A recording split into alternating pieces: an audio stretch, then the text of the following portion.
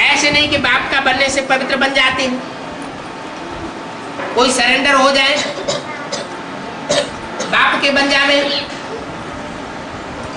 समर्पण पत्र लिख देवे, तो ऐसा करने से ही पावन बन जावेंगे, ये कोई जरूरी नहीं।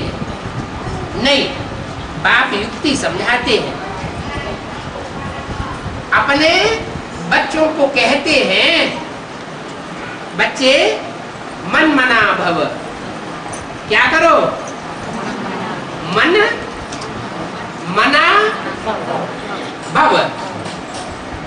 मना माना मन में, भव माना समा जा। अपने मन को मेरे मन में समा दे। माना जैसे मैं निसंकल्पी स्टेज वाला हूं, वैसे तू भी निसंकल्पी स्टेज वाला बन। माना सैंपल सामने रख दिया ब्रह्मा का, प्रजापिता का, कि जैसी उसकी मन बुद्धि है वैसे ही तुम बच्चों की मन बुद्धि भी होनी चाहिए। कोई भी बातों में क्रास नहीं होना चाहिए। वाचा से क्रास हो जाए, प्रजापिता ब्रह्मा के द्वारा कुछ बोला जाए और बच्चे कुछ और बोले, कर्मेंद्रियों में क्रास हो जाए, बाप कुछ और कराना चाहता है, करना चाहता है, बच्चे कुछ और ही उल्टा करने लग पड़े। नहीं, वाचा में भी क्रास न हो, कर्मेंद्रियों से भी क्रास न हो, और मनसा के संकल्पों में भी किसी बात में क्रास नहीं होना चाहिए। माना जो बाप का संकल्प तो बच्चों का संकल्प होना चाहिए, यानी संकल्प मात्र भी विरोधाभास न हो। जैसे बाप चलाना चाहे वैसे चले।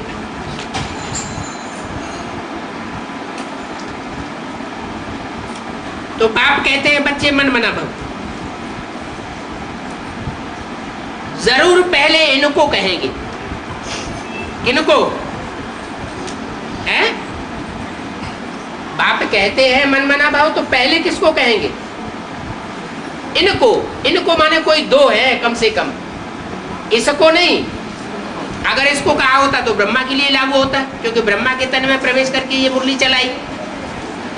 इसको नहीं, क्या कहा? हाँ, पहले इनको कहते हैं मन मना भव। इनको माना दो हो गए, एक प्रजापिता और एक ब्रह्मा। तो ब्रह्मा की सोल माना कृष्ण की सोल, और प्रजापिता की सोल माना राम बाप की सोल। माने इनको पहले पहले निराकारी स्टेज में जाना पड़े। इन द्वारा ही कहते हैं, क्योंकि गुरु कहे, सतगुरु अकाल मूर्त कहा जाता है। माने उसको, गुरु को काल नहीं खाता, उसकी मूर्ति होती है, माने साकार होता है। और जिसके द्वारा कहते हैं तो वो तो साकार ही हुआ। इनके द्वारा कहते हैं माम एकम याद करो। रामकृष्ण की आत्माओं के द्वारा कहते हैं मुझे एक को याद करो।